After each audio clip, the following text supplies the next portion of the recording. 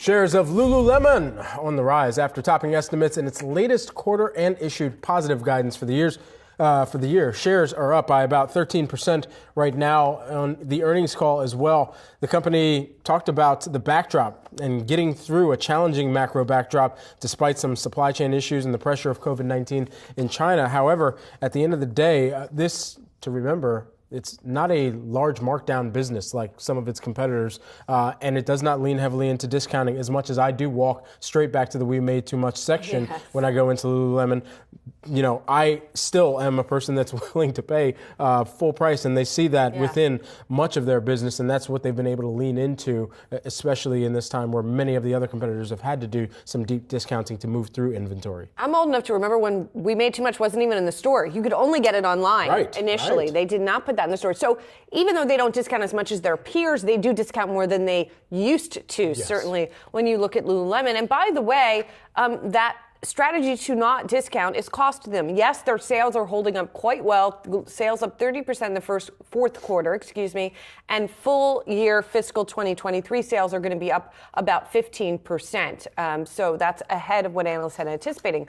But their inventory is still higher, quite a bit higher, 50% up from a year earlier, and gross margin is down from a year earlier as a result of that and trying to get that inventory right size. So in other words, yes, demand is strong. Yes, they are still moving merchandise, but everything is not all sunshine and rainbows and, namaste over at Lululemon, although the stock is reacting as though it is. Two things that I wanted to zero in on, and actually three. One of them, which you mentioned, is that this inventory, and I'd be interested in knowing what of the inventory is still really kind of holding them back here, because you think about the inventory that Lululemon has, and we've heard Adidas throw shade on them in the past and say it's kind of basic at the end of the day. And so if it is inventory that they see as being able to move through in any season and just holding on to that and then pushing it back into stores, knowing that it's going to be one of either the best-selling hoodies that they do have or some of the sweatpants or the leggings and whatnot, then that's multi-seasonal that you can sell that. So now it comes back to, all right, even within where you're engaging with the consumer, where they saw 10% increase in company-operated stores, e-commerce growing 46%, all of those measures are going to be significant in moving through whatever that inventory is that they're still seeing at least a certain percentage of glut in.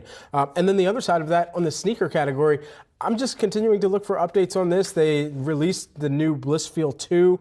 They said this updated version of Blissfeel incorporates learnings from the initial launch, which just signals to me the initial launch didn't go perhaps as best as planned. But again, it was kind of a test to see how they could do in the sneaker category. However, I have tested out the sandals. They should do more sandals. I'm not the sneakers. One more thing, just to mention Mirror. Remember that business that they bought? They are taking a write-down related to that business. They are pivoting to focus more on the services side of the business, the partnerships they have with live fitness classes. And so what do they call it? Lululemon Studio, I believe is what that business is called. So that's just something to note as well, that business did not really work out as planned for them, but a lot of other stuff seems to be working out just fine. As I always cop to, I'm a big fan of the product, gotta say. Not Mirror, just in general. Lululemon, Same in general. Almost every day. My hoodie this morning.